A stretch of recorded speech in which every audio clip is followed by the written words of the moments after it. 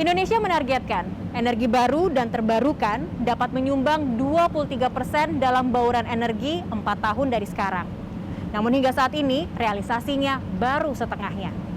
Mengapa pemerintah kita nampak gagap untuk mewujudkan energi bersih yang ramah lingkungan? Simak fakta dan datanya. Menyongsong era bebas emisi karbon, Indonesia harus segera berbenah. Jika tidak, kita akan kelimpungan dalam perdagangan dan industri global yang menganut zero emission sebagai normal baru. Sementara pada titik ini, Indonesia boleh jadi sedang terbuai keuntungan dari siklus super komoditas. Meroketnya harga komoditas sumber daya alam membuat surplus neraca perdagangan Indonesia tembus rekor hingga 4,74 miliar dolar Amerika Serikat pada Agustus lalu, tertinggi sejak 2006. Ironisnya, komoditas yang mengandung karbon atau proses pengolahannya menghasilkan karbon adalah primadonanya. Badan Pusat Statistik mencatat, ekspor produk CPO mencapai 20,64 miliar dolar Amerika Serikat, tumbuh 70,15% dibanding tahun sebelumnya. Ekspor batubara juga masih seksi, mencapai 17,99 miliar dolar Amerika Serikat, meningkat 53,5% dari tahun lalu. Tidak usah jauh-jauh, dalam lingkup nasional sendiri, batubara masih menjadi kebutuhan energi paling utama.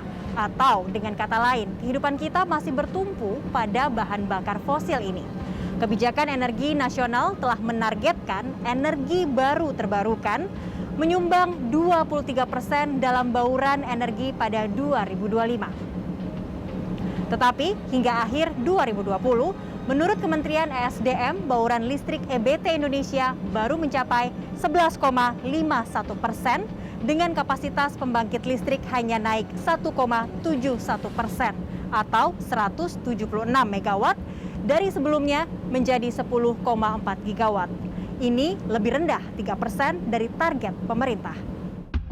Rencana penyediaan tenaga listrik oleh PT PLN 2019-2028 mengungkapkan 3 tahun dari sekarang, yaitu 2024, pengembangan energi baru terbarukan ditargetkan menjadi 16%. Lantas, apakah dalam waktu 1 tahun pemerintah dapat mengejar pertumbuhan 7%? Dalam rencana itu pula, pada tahun 2024, persentase batubara dalam bauran energi juga bukannya turun, malah meningkat menjadi 63,7%. Pemerintah melalui Kementerian ESDM menyatakan PLN baru akan fokus pada pengembangan energi baru terbarukan setelah proyek 35.000 megawatt rampung. Giga proyek tersebut didominasi oleh pembangkit listrik tenaga fosil, terutama PLTU yang berjumlah 20.000 megawatt atau sekitar 55%. Sedangkan EBT hanya 2.000 megawatt saja atau sekitar 6%-nya. Kecil ya? Greenpeace menyoroti hal ini.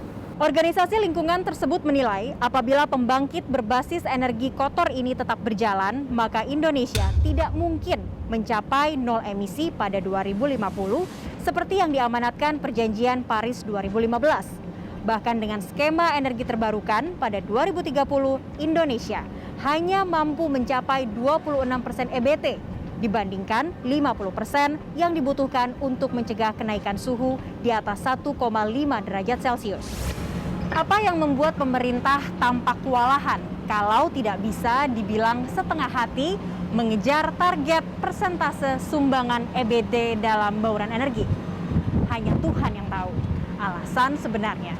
Namun, Arifin Tasrif, Menteri ESDM mengungkapkan pemanfaatan energi memang terhambat beberapa kendala. Salah satunya, pasokan listrik yang berlimpah. Menurut Arifin, pandemi COVID-19 menghambat laju konsumsi energi hingga akhir 2020.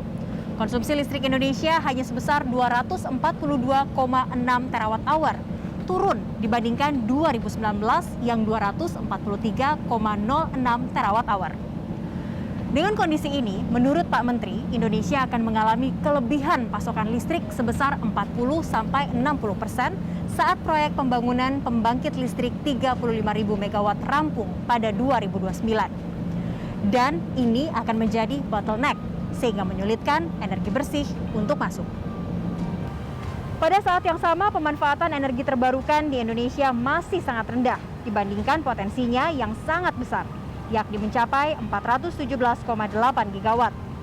Yang terbesar adalah dari sumber energi surya.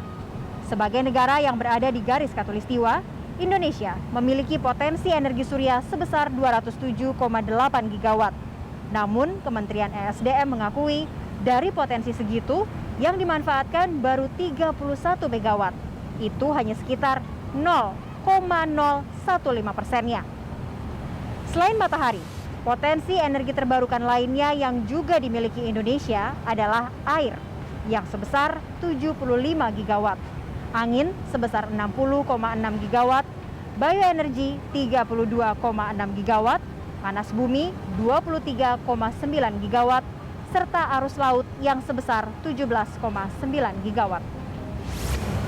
Sampah juga menjadi sumber energi terbarukan lainnya yang sedang dikembangkan. Sejak 2019 hingga 2022 mendatang, pemerintah membangun pembangkit listrik tenaga sampah di 12 kota di Indonesia.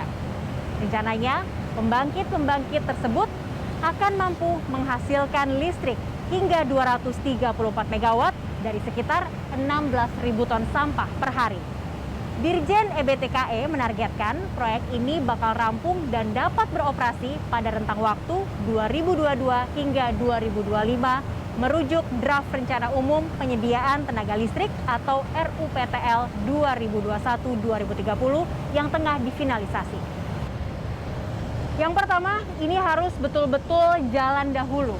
Jangan sampai jalan di tempat lagi seperti periode 2014-2018 lalu, di mana energi hasil pengolahan sampah perkotaan tak kunjung menyumbang listrik ke sistem pembangkitan nasional.